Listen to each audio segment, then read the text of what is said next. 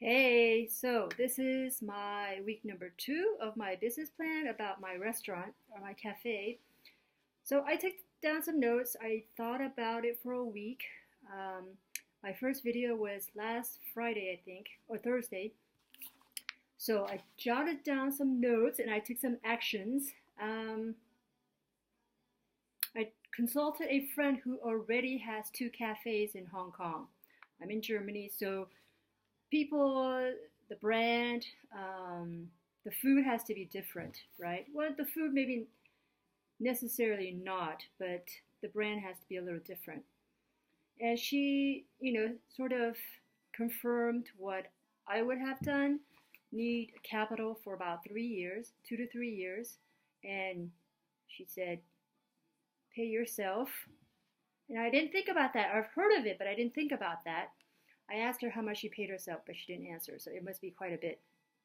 So I would pay myself as if I was a manager, and then I would have to think about what I would pay my employees, the cost of the food, of course, and then extras, and then the profit and things like that. And so that was my action. One action, I asked a friend of mine who already has had success with this. I think she's been open for about 2 years.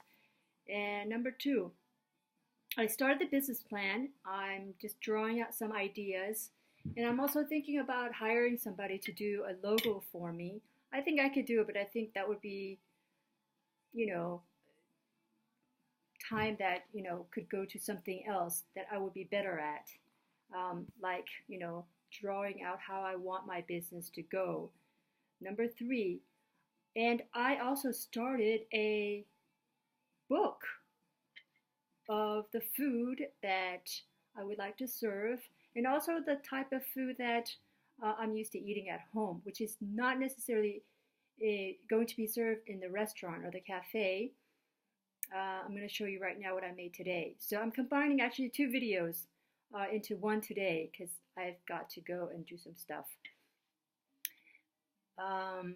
As most of you know, I am about 80% raw. Not all the time. Sometimes I'm 90, sometimes I'm 70. Sometimes when I go skiing, I'm 60 or 50. I made raw vegan sushi rolls.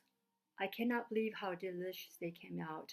I'm going to post the pictures at the end of the video, but I'm going to show you now. They're already made.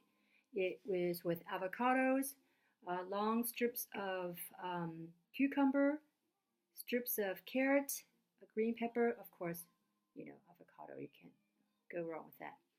And yesterday I bought a carton of fermented organic soybean paste.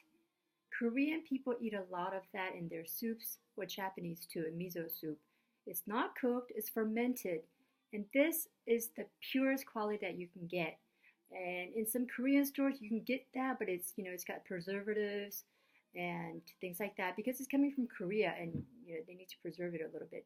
I bought this in Germany at a health food store for $10, a small packet. I can probably use 2 weeks of it. I think it's totally worth it. At first I was like, that's expensive, but you know what?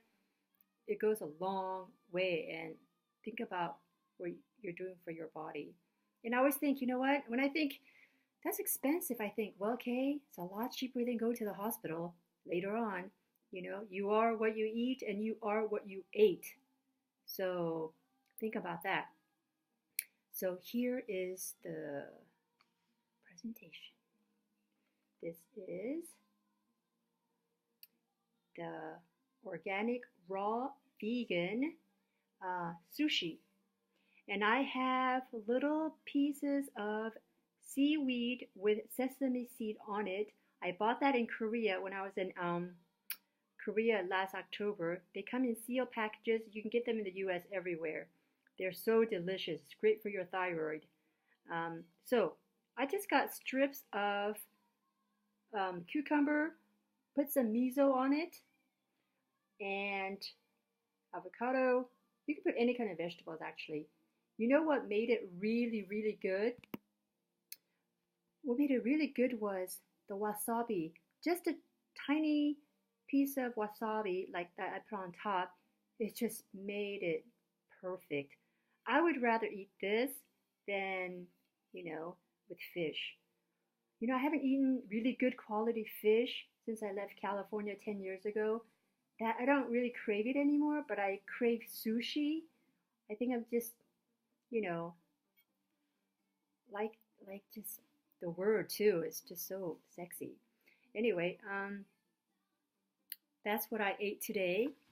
And for the cookbook that I will be giving my investors through crowdfunding, I already actually have people who want to donate to the crowdfunding project. So, and in the book, I'm going to be writing quotes about food next to some of the food.